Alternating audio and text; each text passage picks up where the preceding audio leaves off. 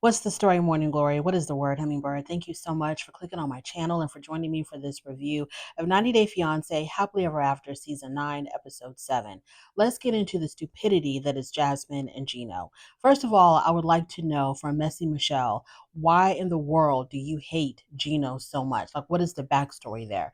Maybe if you would explain that to us, I would understand why you're so Team Jasmine and so anti Gino, but that's neither here nor there. So Michelle tells Jasmine that Natalie thought Jasmine and Gina were completely done. Okay, so Michelle is now sort of like adding some context to the whole situation to Jasmine. So Natalie came into this thinking that Gino and Jasmine were completely over. She didn't come into this, but she arrived in Michigan thinking that Gino and Jasmine were over.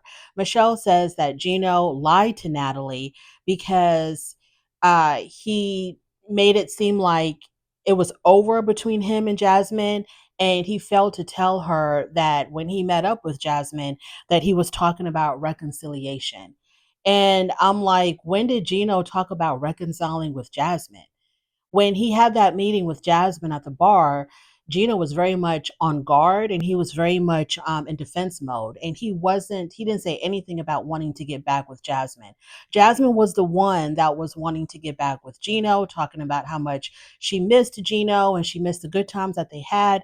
I don't remember, I could have missed it, but I don't remember Gino telling Jasmine that he wanted to reconcile with her. But Michelle is making it seem like Gino is playing both women, like he's this smooth operator player guy that is playing these two women and has them both completely fooled. And I'm like, Michelle, have you met your cousin Gino? So Jasmine thought that Natalie knew everything. So she kind of feels bad that she went in full attack mode on Natalie, because now Jasmine is realizing that, Natalie probably doesn't know the full picture. Michelle says that it's really hard for her being in between the whole Jasmine and Gino drama. It's just so hard for her. Then remove yourself. You don't have to pick sides. You love Jasmine, you love Gino. Oh, I don't know if you love Gino or not. But if you don't want to be caught in their drama, just remove yourself from their drama. Just let them handle it the way that they're going to handle it. You don't have to be going from one to the other. Oh, Jasmine, this is what Jasmine said. Jasmine, this is what Gino said, and putting yourself, you are putting yourself in this. So you're complaining that it's so hard being in the middle of it, but girl, you're putting yourself in the middle of all of this mess. Please remove yourself, because we sure as hell don't need you. So Jasmine and Gino's family, they're all, huddled up together talking mad crap about Gino. And I'm just not understanding. Like, I don't like how everybody is ganging up against Gino. And I really don't see what the hell Gino did that was so wrong. Is he the best husband? No, obviously not. He has a lot of faults, because we will never forget how he had shared intimate photos of Jasmine to his ex when he was still with us. No, they were already broken up. He had shared intimate photos of Jasmine to his ex to show his ex that he leveled up, that he upgraded to this beautiful woman, and that she could never. So we will never forget that. And according to Jasmine, she says she lost her job over those photos because the ex had shared those photos online. So we will never forget that. That was really, really, a horrible thing that you did. But at the same time, Jasmine is extremely manipulative, and she's manipulating the hell out of Gino so that she can get what she wants. She refused. This is the part that I'm stuck on. Now, there different people can be stuck on different aspects of their relationship, but what the part that I'm stuck on is how Gino desperately wanted a child, and Jasmine was dragging her feet in that department. Do y'all remember when he would go see her in Panama a long time ago, when they were first on the scene of 90 Day Fiance? He would go visit her in Panama, and he had brought pregnancy tests because he was hoping that she would get pregnant while he was there in Panama with her. And she was taking birth control pills behind his back because she did not want to have a kid with him. Every time that Gina would bring up having a baby with Jasmine, Jasmine would hem and haw and beat around the bush and not really give him a straight answer. But it took her no time at all to get pregnant by Matt and have a child with Matt. So the fact that they want to paint Gino as like the worst husband ever, but they never ever, when I say they, I'm talking about Jasmine and the peanut gallery, that is Gino's family.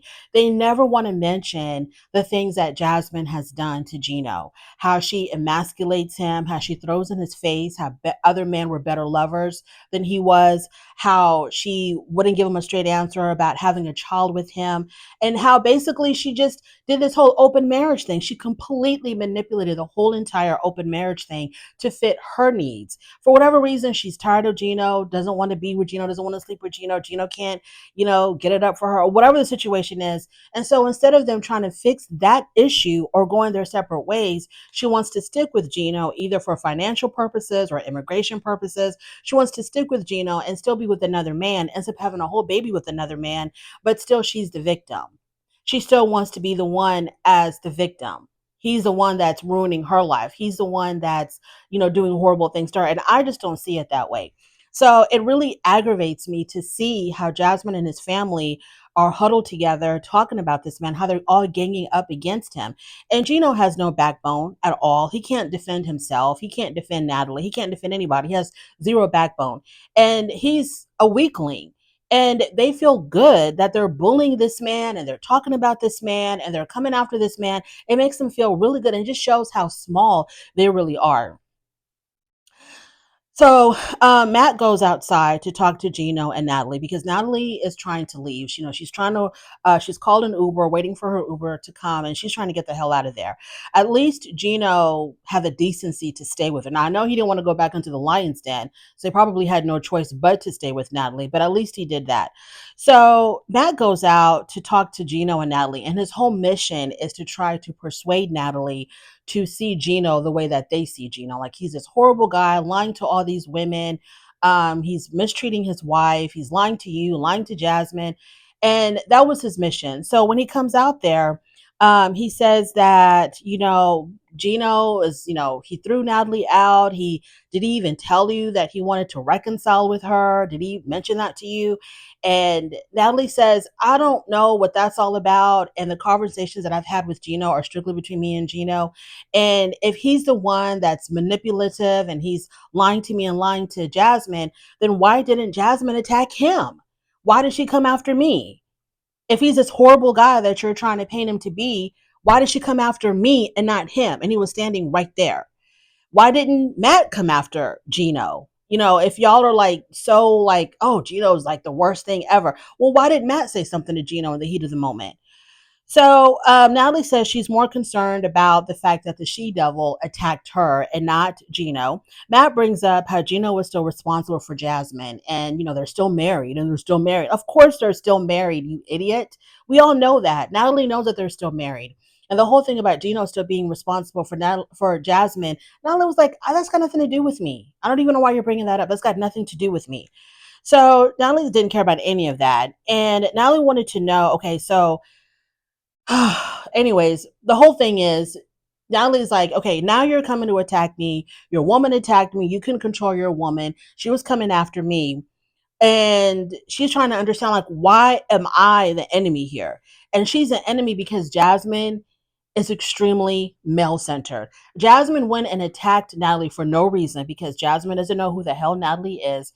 And for her to be like, oh, you're with a married man while she's a married woman with another man, living with another man, sleeping with another man, she goes and she attacks on, oh, you're with a married man and you're a whore and a prostitute and stuff. She was saying all that stuff to demean Natalie because Jasmine is very male centered and she sees women as a threat. That is the reason why she attacked Natalie and not Gino, because she's extremely male centered. In her world, you have to appease men and F all women in her world. I don't know what else to say about Jasmine and Gino. TLC or whoever's in charge of the show, please try to control your cast members better, because us watching the Jasmine and Gino story play out the way that it's playing out right now, it's stupid and it's not making any sense because we all know that Jasmine and Matt had a baby together. So if you're like, I don't know if y'all are trying to, I don't know if the producers think, well, hopefully nobody saw that Jasmine had a whole baby with Matt so that we can be invested in this story and be like, oh, so what's going to happen between Jasmine and Gino? Are they going to get back together? Is Gino going to be with Natalie? Is Natalie going to be with Mal? Like, what's going to happen? Oh my God, I'm on the edge of my seat. If that's what y'all are hoping for, and that's what y'all are thinking, then y'all are dead wrong because we know how this story ended. So watching the story play out as slowly as it's playing out, it's excruciating. It's very painful. Y'all should have started Jasmine and Gino when Jasmine got pregnant. That's where their story should have started. It should have started where 90 Day, the last resort, the tell all ended. It should have started there. Jasmine being very pregnant with Matt's child. Then it would make more sense. But this, anyway, let's move on. Tiger Lily and Adnan. So Tiger Lily meets up with her stepmom, Brenda, and Tiger Lily asked what they thought of Adnan. You know, what was the stepmom and her dad's impression of Adnan? And the stepmom says, he made an okay first impression, which means that they didn't care for him. They didn't care for him at all. It was quite obvious. If Tiger Lily was my daughter and this is who she brought to meet for me to meet as her husband and the father of her child, I'd be concerned. I'd be very, very concerned. So the stepmother asked if Adnan will expect Tiger Lily to convert. Tiger Lily says no, he doesn't expect me to convert. Okay. So the stepmother then asks if Adnan okay, so then she was like, then Tiger Lily says he's not expecting me to convert, but he'd be very happy if I did convert. Tiger Lily says that she's not changing for anybody. And the stepmother asks, well, do you think he's going to expect you to like cover up? And Tiger Lily says no, she doesn't anticipate Adnan telling her to cover up. Adnan won't ask her to cover her hair or anything like that. That's what she tells her mom, her stepmom. She's like, yeah, he's not going to expect me to cover my hair or anything like that. Have y'all Googled Tiger Lily and Adnan? Have y'all seen the recent pictures of Tiger Lily? How she's completely covered it up in hijab? Anywho, the stepmom tells us that she was happy when Tiger Lily finally made it out of her very controlling 10-year marriage, but it's like she jumped from what do they she jumped from, I don't know, how's that saying go? From the frying pot into the kettle or something. She went from one bad situation to the next, from one controlling situation into the next controlling situation. And I would probably even bet money that Adnan is worse than her ex-husband. Knowing nothing about her ex-husband, knowing nothing about how her ex-husband treated her, I'm willing to bet money that Adnan is worse than her ex-husband.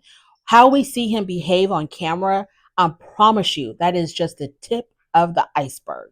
But Tiger Lily has made her bed and she is going to lie in it. She is not going to backtrack and she is not going to show the public exactly what she's going through with this man. And she probably won't leave him because it's going to prove everybody right that she rushed into this ridiculous marriage way too fast.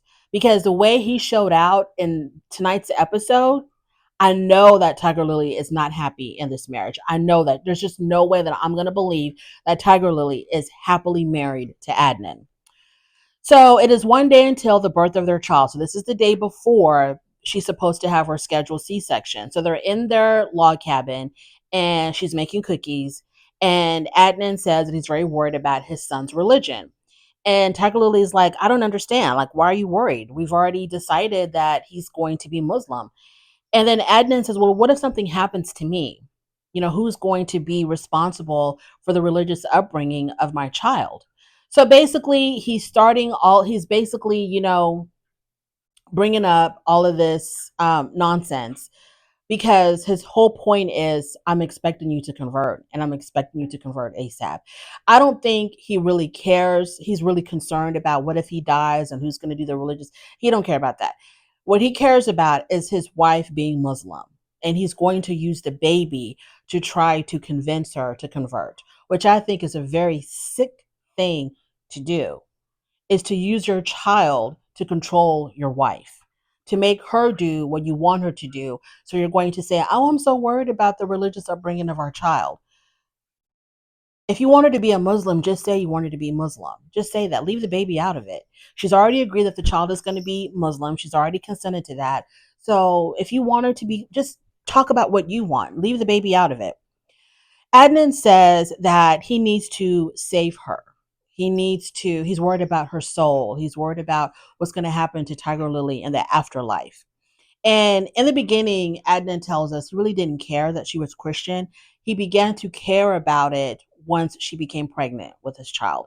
That's when he became concerned about her religion, which to me doesn't make any sense. If religion is really important to you, if it's so important to you, then what difference does it make if your wife became Muslim after she was pregnant or she wasn't? Like, I don't understand that. Like, what difference does it make? What does her having your child have to do with whether or not she converts to Islam? And this whole thing about, oh, the religious upbringing of my child, you know, she's how, like, what, 10 years older than you? I mean, yeah, you could die before her, but realistically speaking. But anyway, I'm rambling. I look. This is my personal belief. I believe that Adnan has always wanted Tiger Lily to convert, but he didn't tell her that in the beginning because it was a manipulation tactic. He's going to play like, "Hey, I really don't care. You do you. If you want to stay a Christian, if you want to be an atheist, whatever you want to do, it's cool with me." To get her because he sees a rich American woman. Now I'm beginning to think that he was just using Tiger Lily. He sees a rich American woman. I don't know if he really wanted to come to America or not. I don't think that was his goal. I don't know. But I know for a fact that he saw this rich American woman who was easy to manipulate. And he saw her as an easy target. And he didn't push the religion too much because he was trying to convince her to be with him. Now that he has her exactly where he wants her, now he's going to show his true colors and show her who Adnan really is. So he became worried when she became pregnant. Then he starts talking about, salvation and saving her soul. And he's talking about, that she's not religious. So she's like basically like a fake Christian. And while he's talking about this, she accidentally burns her finger. And she says something about, oh, my nail. And because her nails were short, she easily burned her finger. And he got upset. The man exploded on her. He was like, I'm talking about your soul and you're talking about your fingernail. And he just like flipped. He was so angry at her because she had mentioned that she burnt her finger or something. And he was like, who cares about your nail? I'm trying to talk about I'm trying to talk about saving your soul and your salvation. Da, da, da, da. And you're talking about your nail. I couldn't believe it. I couldn't believe this is what I was watching. That he got so upset because of that. So then she asks, am I going to have to cover my hair if I convert? And he tells her yes. And then he begins to insult her beliefs and say that she's a fake Christian and that she really doesn't believe in God. And, he hasn't seen her practice Christianity. That was just awful. The fact that he yelled at her when she burnt her finger, the fact that he lied to her in the beginning of their relationship, acting like it didn't matter to him if she converted or not, the fact that he is belittling her and her beliefs. He doesn't know what's going on in her mind, what's going on in her heart, if she believes or doesn't believe. She says she's Christian. She says she believes in God. Like, what more do you need? We haven't seen you practice your religion. Okay, we've seen you practice Islam as much as we've seen technically practice Christianity. So, like, what are we missing here, Adnan? What are we not seeing that you're seeing? We haven't seen you pray. We haven't seen you walk into a mosque. We haven't seen you do any of that. But then you're going to belittle her and insult her and say that she's a fake Christian. I mean, that was just awful. Tiger Lily, this guy's awful. He's so awful. I don't know what else to say. Andre and Elizabeth. So Andre takes Chuck and Elizabeth to go see this investment property because remember, Andre has invested $75,000 on some investment property in Moldova.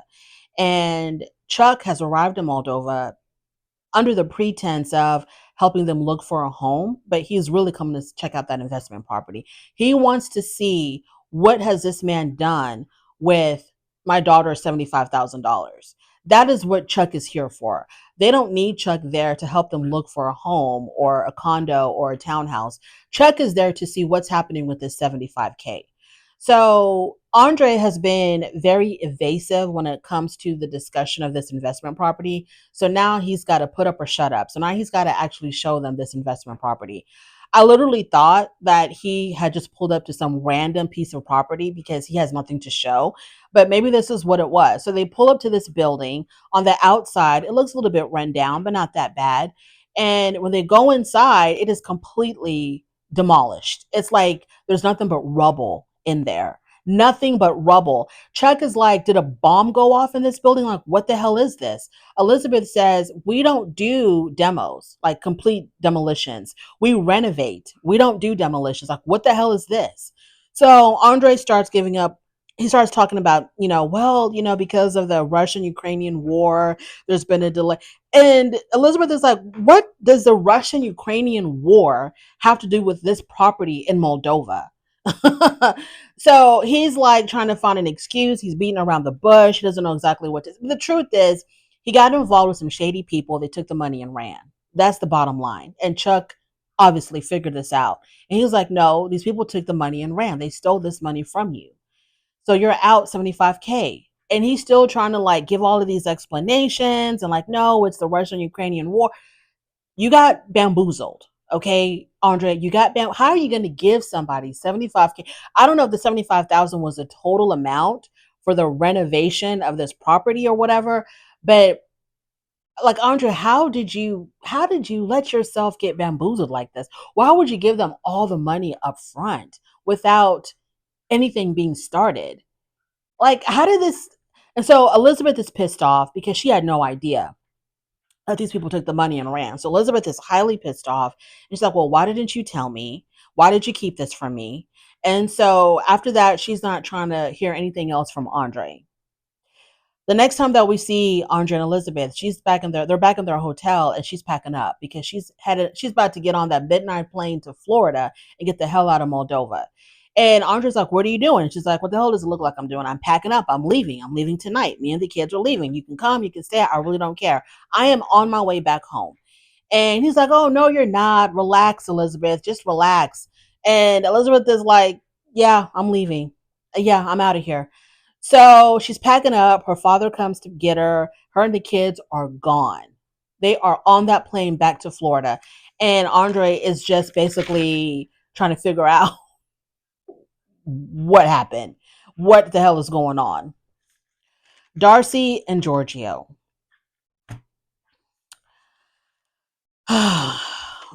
So they stopped by to see Giorgio's sister, Nicolina.